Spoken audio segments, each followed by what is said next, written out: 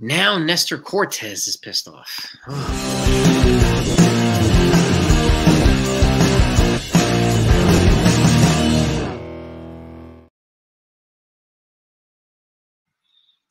What's going on, everybody? Hope you're doing well. So the Yankees go for the sweep today of the Chicago Cubs. Gerrit Cole is on the mound, okay? And I'm excited about that. I'm hoping that they get the sweep. It'd be really, really, really cool to talk about it later on. So, but I want to talk about an article, okay, and Nestor Cortes' comments for those of you who haven't heard. I'm going to put the article up here, all right? Like I always said, I'm going to back up what I say with facts, articles, okay? Not talking points, not propaganda, not other people's talking points, okay? Yankees Nestor Cortes upset over relief role, calls himself the workhorse for New York. Now, before we go any further here, he is 9-10, 3.97 ERA, 163 innings pitched, 147 Ks, with a WHIP of 1.15. So that's his stats right now. And when you put him up against most of the other Yankees, he's been one of the more durable pitchers. He's had his ups and downs, okay? And he's had his ups and downs, and he's been good for a while too. So, but let's read this. Nestor Cortes did what was required of him to help the Yankees defeat the Cubs on Saturday by pitching out of the bullpen, but he wasn't happy he was asked to do so. He pitched 4 1/3 of no-hit innings. So, I mean, kudos to him. He said he was upset he was placed in the bullpen for his first relief role since 2021 per ESPN. Obviously, I was upset, Cortes said. I felt like I've been amongst all the starters, the workhorse here. And once Gerrit Cole went down, they picked me to be the opening day starter. Not necessarily the number one, but the opening day starter. I had to switch my routine there. Okay. That's cool. Okay. Now, get you a little bit more of this article. This stuff there.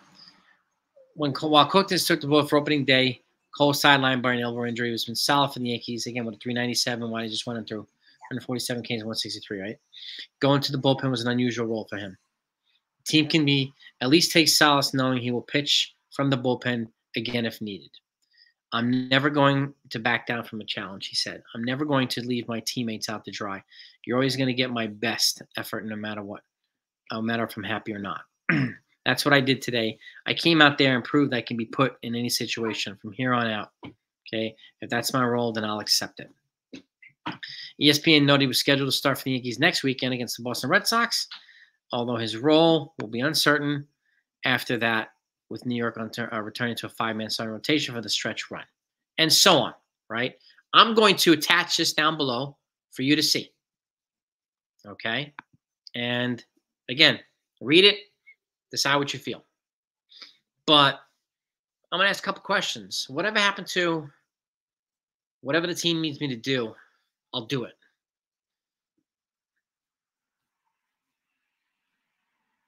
That's what Aaron Boone said, right?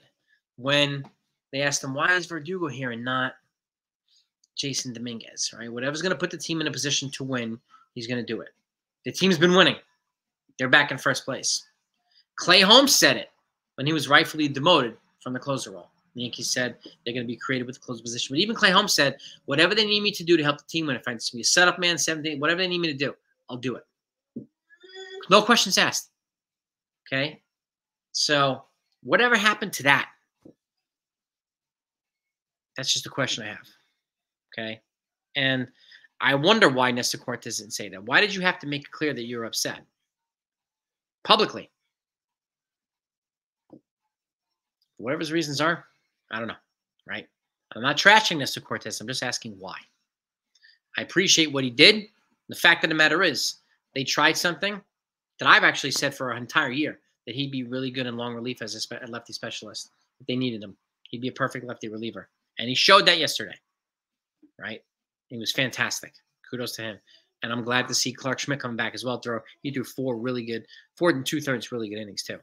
So, and they shut out the Cubs for a second consecutive day. So kudos to both of them. So, but before we blow this stuff out of proportion, because some people will blow out of this out of proportion, right? They will figure out a way to blame Boone, blame Cashman. It happens all the time. They will do it, okay? Maybe they have nothing better to do with their time. But I want to know what your thoughts are, okay? And if you're not subbed to this channel, that's why I ask you to subscribe to this channel. So I'm going to give it to you both ways. You want real talk, you're going to get it good and the bad all the time. I'm not going to pull punches. And sometimes, and I'll say this again, sometimes the bad news comes out first, the good later. Sometimes it's the other way around. Whatever the story is, if more news comes out on it, whatever it is, you're going to get it. Okay? And some people accuse me of flip-flopping and blah, blah, blah. No, the story changed, and I attached it for you. And I always attach stuff so you can read for yourself. Okay? I'm going to stick with the facts. They counter a lot of talking points. They counter a lot of propaganda. Okay? But again, I want to know what your thoughts are on this one. I found it interesting. But again, thank you, Nestor Cortes, for doing what you did yesterday. And I hope you continue to do it if you go back into the bullpen, if you stay in the bullpen. Okay? And if you do, I hope you do a great job there. The Yankees, I think the Yankees still haven't figured out what the playoff rotation is going to be. And I'm not surprised. What the bullpen is going to be. I'm not surprised either. They still have some fine-tuning to do, obviously. Right? And they have a couple things they probably need to figure out on the offensive side, too. Speaking of offense, Ben Rice, since being optioned back on the AAA, he's homered in 3 consecutive games. He gets an opportunity to play regularly. Looks like he's figuring himself out again. He's coming back, which is why I do think he's going to be the starting first baseman for the Yankees, and he should get every opportunity to be that in 2025. Let him continue to develop. But the fact of the matter is that he came off to a hot start, then he fell off the face of the earth. Okay, then DJ got healthy. Now Rizzo's healthy. So from a timing standpoint, he wasn't the beneficiary of the timing, unfortunately. And for him getting cold when he did not help him. Again, but I do think he'll be the starting first baseman. Should get an opportunity to be starting first baseman in 2025. Just like I think Jason Dominguez will be the starting left fielder in 2025. They're going to get younger in several positions, which I'm looking forward to. And I think both of them will do a great job here. Okay? So that is a good sign too. Okay? And I hope he gets more opportunity to play. Now, speaking of playing, here's today's lineup. Gleyber Torres is on the mound. I'm not on the mound, oh my goodness. He's leading off playing second base. Juan Soto batting second in right field. Aaron Judge batting third in center field. Austin Wells at the dish, at the cleanup spot. He's been nothing short of fantastic. Giancarlo Stanton at the 5 spot. DH. Jazz Chisholm at the 6 spot. Third base. I said this yesterday too. I like the righty-lefty, righty-lefty. 3 to 6. And Rizzo's batting 7th at first base. Volpe's batting 8th at shortstop. Alex Verdugo's batting 9th in left field. And Garrett Cole is on the mound against the Cubs. Yankees go for the sweep. And hopefully Garrett Cole can continue, to do what he does and comes back strong from a calf cramp last week. And I'm confident that he will. Otherwise, he wouldn't be on the mound, right? So that's the lineup. That's the story about Nestor Cortes.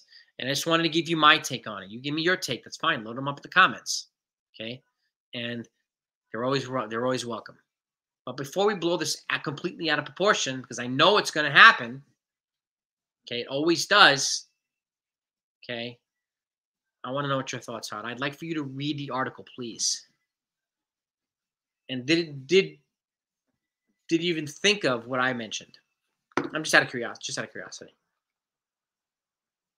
My first thing is, why didn't he say what Clay Holmes said? I mean, Clay Holmes took it in the chin, right? And rightfully so. He was deservingly demoted as a closer. And Luke Weaver was fantastic 2 days ago. Nestor Cortes was fantastic yesterday. So their experiment, what I'm going to call, is working right now. The Yankees are winning. They're back in first place. Okay? With 20 games left. They're 82-60. Okay?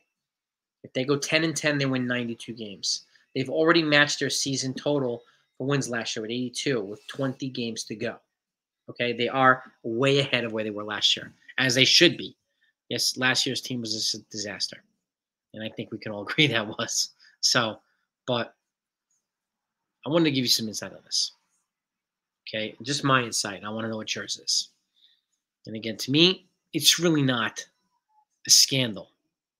Right? Like some folks were blowing Cashman's comments out of proportion yesterday with his interview with Merritt Marakovitz. Like turning stuff into a scandal. That's not a scandal. For what? Why? Do we need people to be outraged all the time? I don't see the point. Okay? But that's why different views are important. This is why I asked you for yours. Right? You may not agree with mine. I'm not going to agree with you. I might not agree with yours, but I'm not going to block you for having a different view. Okay? That's not fair to you. Okay? Different views are welcome. Because they motivate me to think differently. Think about why you feel that way. Why do you say that way? And if you can back up your argument with facts, then it's really, really hard to argue with you, right? And that's why I ask people to back up our arguments with facts. Facts are so much better than talking points, especially other people's talking points. So that's what I got for you. Hopefully we'll go live and celebrate a sweep today, a win before we go to Kansas City. And we come back home and face the Royals. We got Royals for 3, then Red Sox for 4 in the Bronx. So it's going to be a pretty hectic week next week. I think these are going to need to be on top of their game here. They really need to. And I'm going to stick with my prediction. If they go 13-7, they'll win 95 games. And I predicted them to win 95 games in the beginning of the season. So I'm still sticking with my 95 win prediction. I still think that's possible. 13-7 is definitely doable based on who they're playing the rest of the season. After Boston, they go out and play Seattle. They play Oakland. And then they come back. They get the Pirates. And I think they have one more series. Baltimore, and then Pirates. I think that's it for the rest of the year. So 20 games left, baby. Let's go Yankees.